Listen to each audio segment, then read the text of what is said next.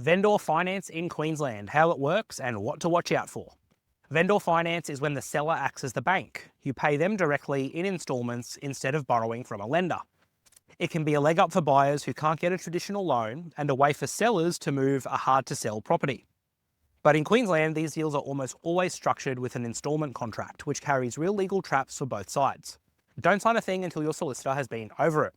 All right, so what exactly is vendor finance? Picture buying a house, but instead of the bank handing over the money, the seller does. You move in and you pay the seller back over time, usually in regular instalments with interest until the price is paid off. The seller keeps the title until you've paid it off in full. You'll also hear it being called seller finance, vendor terms, or a terms contract sometimes. Same idea, the person selling the property is also financing it. It's not the norm. Most people buy with a bank loan. But vendor finance pops up when a buyer can't get traditional finance or when a seller wants to widen the pool of people who can say yes. So why would a seller offer this? A few reasons. Maybe the property is tricky to sell the usual way.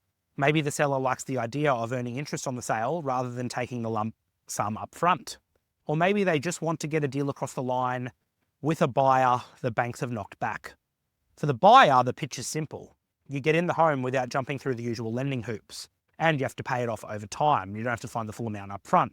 For some people, self-employed, new to country, rebuilding credit, just to name a few, that's a genuine opportunity. Now, the upside for buyers and the catch. The upside is real.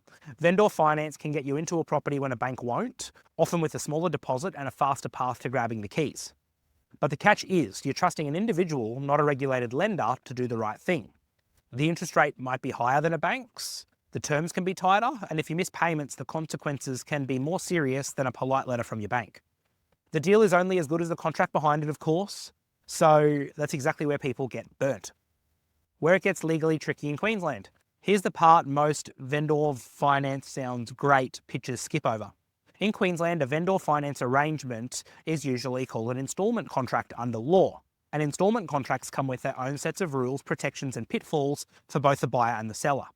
We've broken down how this actually works in a prior blog in our guide to instalment contracts in Queensland, which the link is in this blog. If you're seriously considering vendor finance, please read that next. It's the mechanics behind the deal. And whatever the seller calls it, the agreement itself is a binding arrangement, guys.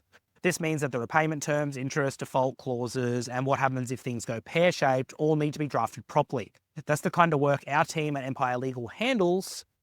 So our solicitors here in-house can look over your loan agreements and we actually put these together for you and help. We can draft them. How to protect yourself before you sign. Whether you're the buyer or the seller, the rule is the same. Get advice before you sign, not after. For buyers, this means understanding exactly what you're agreeing to. So the interest rate, the payment schedule, what happens if you fall behind, and when and how you actually get the title in the end.